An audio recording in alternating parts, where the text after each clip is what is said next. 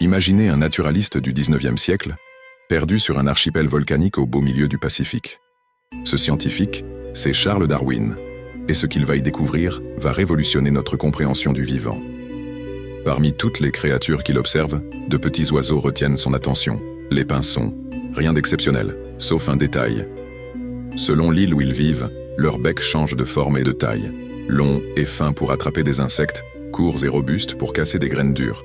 Un vrai couteau suisse évolutif. Ironie du sort, sur le moment, Darwin ne capte pas leur importance.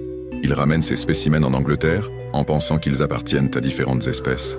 Et c'est un ornithologue qui lui fait réaliser qu'ils viennent d'un même ancêtre. Encore plus fou, Darwin faisait partie d'un club qui goûtait des animaux exotiques.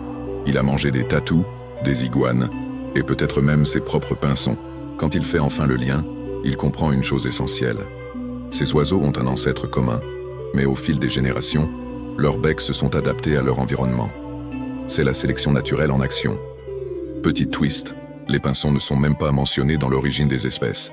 Ce n'est que plus tard qu'ils deviendront les mascottes de la théorie de Darwin.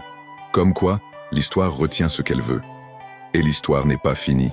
Des chercheurs ont observé que, face à une sécheresse, certains pinsons ont modifié la taille de leur bec en seulement quelques générations.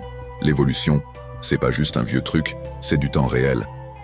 Voilà comment une anecdote devient un symbole scientifique et accessoirement un repas. Si cette histoire vous a plu, abonnez-vous pour d'autres anecdotes scientifiques surprenantes.